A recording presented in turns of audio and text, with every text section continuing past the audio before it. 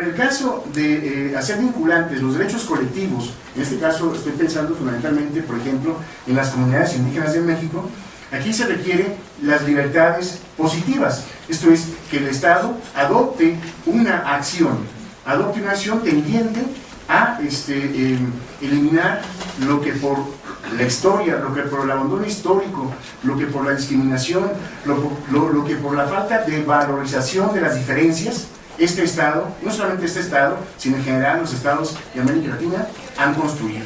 Un enorme olvido de las comunidades indígenas. Entonces tenemos allí un problema epistemológico.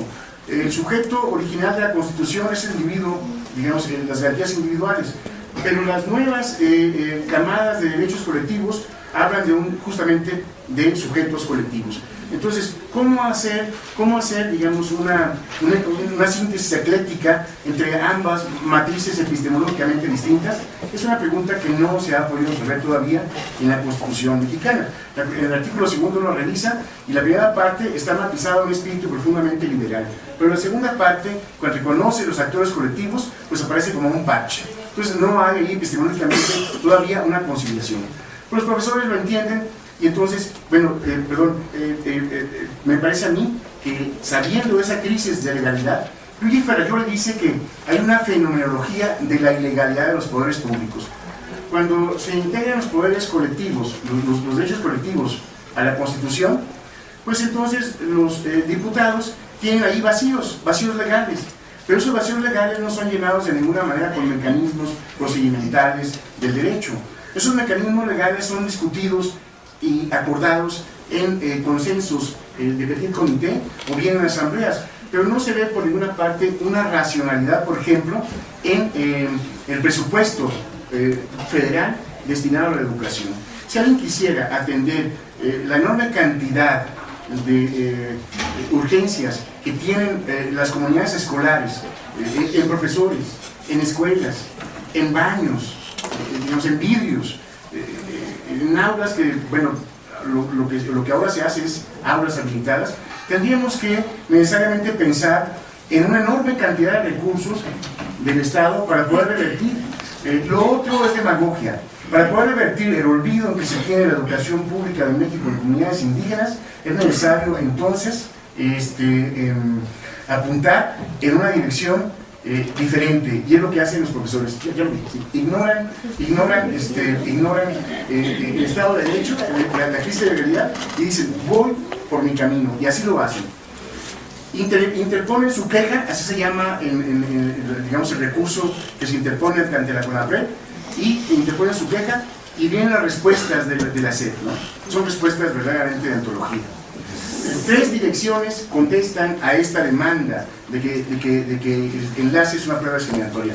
La Dirección General de Educación Intercultural Bilingüe, que más o menos, no tengo tiempo de concentrarme en la respuesta, porque es muy largo, pero más o menos dicen que sí, que efectivamente están haciendo esfuerzos por hacer que la prueba estandarizada pueda tener algunas modificaciones que permitan aprender el contenido rural, el contenido indígena de las culturas y de las cosmovisiones. Eso es lo que dicen más o menos en generales.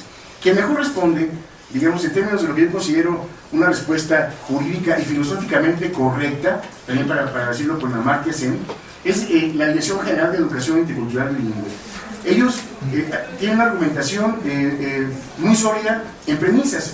Dicen que sí, que efectivamente reconocen que hay muchos olvidos que necesitan ser sometidos, digamos, a revisión para el tema del lenguaje, por ejemplo, el idioma, pues resulta ser una agresión. Muchas veces no se respetan los contenidos epistemológicos. Eso está claro, ¿no? Hasta la saciedad se ha demostrado como, por ejemplo, en la cultura maya, pues tiene un sistema vigesimal. Llega la educación pública elaborada en los grandes currículos del DF, y entonces les ponen la educación decimal, cuando ellos todo su contexto y simbolismo lo han aprendido desde que nacen en el sistema vigesimal. Y como eso podemos decir muchas otras más, ¿no? Elementos que violentan, pues, la cosmovisión y la elección que ellos han hecho para construir una vida decorosa. Eso me parece muy lamentable. Y entonces, bueno, así que la mejor respuesta es la Dirección General de Educación Intercultural Bilingüe. Hay una que es verdaderamente lamentable, y es la de quienes elaboran los exámenes de la prueba de enlace. Ellos, por ejemplo, argumentan, dice, hay un área encargada del diseño de las pruebas, merece, por la barbarie de las respuestas, menciona parte. Pues la institución no se anda por las ramas y revela de cuerpo entero la ignorancia y el prejuicio que anida en la concepción, diseño, implementación y evaluación del enlace. Sin tomar en cuenta y quizá sin haber leído las razones de los profesores de porvenir, con dedo flamígero apunta hacia los responsables del fracaso de los resultados educativos en las comunidades indígenas. Dicen estos bárbaros, que es bárbaro quien arrasa con lo más profundo del sentimiento de una cultura. Ese es un bárbaro, justamente. Entonces no estoy jugando a ponerle el concepto de bárbaro, es bárbaro la respuesta que da. Y dicen, las problemáticas presentadas en la población de estudiantes en las comunidades indígenas son similares que el resto del país, y su corrección depende de manera particular de los maestros que atienden directamente a los educandos del grupo escolar. Es decir, regresan la pelota y dicen, no, pues son los profesores que tienen la culpa. La mayoría de las escuelas en comunidades indígenas son incompletas, eso ya se sabe. Eso de la universalidad es un cuento. Cuando uno analiza estadísticamente los recursos destinados a la educación básica en comunidades indígenas, uno se da cuenta que es una enorme mentira hablar de esos porcentajes. Por lo menos, digamos, el 70% de telesecundarias, pues, como todo el mundo sabe, está atendido de manera, son escuelas unidocentes o bidocentes, y en condiciones bastante lamentables. Entonces eso es un tema que todavía está por discutir. Bueno, la respuesta de la Dirección General de Educación Intercultural Bilingüe, para concluir, es muy buena en sus premisas, pero la conclusión es la misma que la de los demás. La conclusión es, pues sí, están muy jodidos, pero no hay discriminación. Esa es, ¿no? Bueno, las políticas públicas es realmente lamentable, no voy a tener en esto. CONAPRED entonces dictamina en el sentido de que hay discriminación. Yo quiero terminar, porque ya me están viendo con consistencia, quiero terminar esto señalando lo siguiente, porque en realidad vale la pena reflexionar conjuntamente sobre el alcance jurídico, sobre el alcance político y sobre el alcance filosófico de este dictamen del CONAPRED en torno a la prueba de enlace, especialmente porque el mes de mayo se van a aplicar nuevamente los exámenes de la prueba de enlace. ¿Qué van a hacer los estados que tienen, digamos, dentro de su territorio una enorme cantidad de población y escuelas indígenas? Eso vale la pena revisarlo. Yo creo que en México no hay mecanismos para hacer vinculante el derecho a la educación. Yo creo que el Poder Legislativo ha sido omiso a la hora de legislar y aprobar los presupuestos federales para la educación. Yo creo que el Poder Ejecutivo ha sido también omiso al respecto, y ni se diga del Poder Judicial. No hay manera de hacer vinculante esto. Por eso termino como suele terminar los análisis de observatorio. Bueno, ¿para qué continuar? Yo creo que se necesita algo más que simple valor para enfrentar al Leviatán, a la fría maquinaria estatal, y mostrarle racional y razonablemente, legal y legítimamente, que en materia educativa sus acciones son excluyentes. Y lo más importante, que la prueba de enlace estandarizada es monocultural y logocéntrica, y en consecuencia ignora o desprecia las otras epistemologías, las fascinantes formas de construir conocimientos y ciudadanías, los saberes y los sabores de la diversidad lingüística y cultural de México. Octavio Paz, a contracorriente de la estatua liberal en que algunos historiadores lo quieren convertir, sostuvo varias veces que si la democracia mexicana tiene algún remedio, necesita volver la mirada a las fuentes de reserva moral e intelectual de las comunidades indígenas. El poeta mayor de México sabía que cada pueblo construye su propia idea de moralidad, y desde luego que así como las esferas tienen su propio centro de gravedad, las culturas tienen su propio centro de felicidad. Algunas interrogantes para llevar. ¿Qué grado de vinculación y obligatoriedad legal tienen las resoluciones del CONAPRED sobre las acciones educativas de la SEP? Las autoridades educativas de entidades como Puebla, Oaxaca y Veracruz y algunos otros que tienen varias culturas y lenguas en su territorio aplicarán entre el 23 y 27 de mayo próximo, ignorando la resolución del CONAPRED, la evaluación enlace a la infancia indígena. Estamos ante un avance significativo en la dirección de hacer exigible y vinculante el derecho a una educación básica de calidad para los niños y niñas de las comunidades indígenas. Yo creo que depende de nosotros, como bien señalaba Mercedes al final. Me parece que vivimos un estado en donde nadie respeta ni reconoce la Constitución como un marco jurídico al cual ajustarse. Todo el mundo negocia al margen metaconstitucionalmente, como decía Carpizo, que lo que está en la Constitución. Son acuerdos e intereses lo que están negociando, no hay más.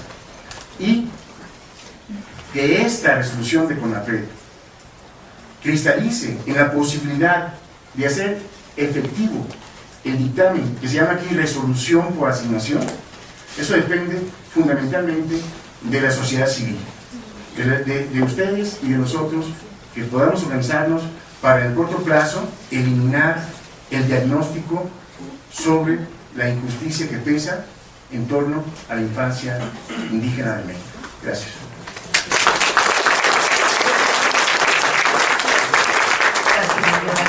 Pasamos a la participación de la doctora Gloria Ramírez Hernández, coordinadora general de la Cátedra UNESCO de Derechos Humanos por la UNAM, presidenta de la Academia Mexicana de Derechos Humanos, doctora en Ciencias Sociales por la Universidad de París I, Francia, y señala solamente en su currículum algunas de sus publicaciones que, por supuesto que son varias: la educación superior en derechos humanos, una contribución a la democracia, Cátedra de Derechos Humanos, UNAM UNESCO, la educación ciudadana ante los retos de la democracia en México, el manual para periodistas, herramientas para la defensa de los derechos de las libertades de expresión.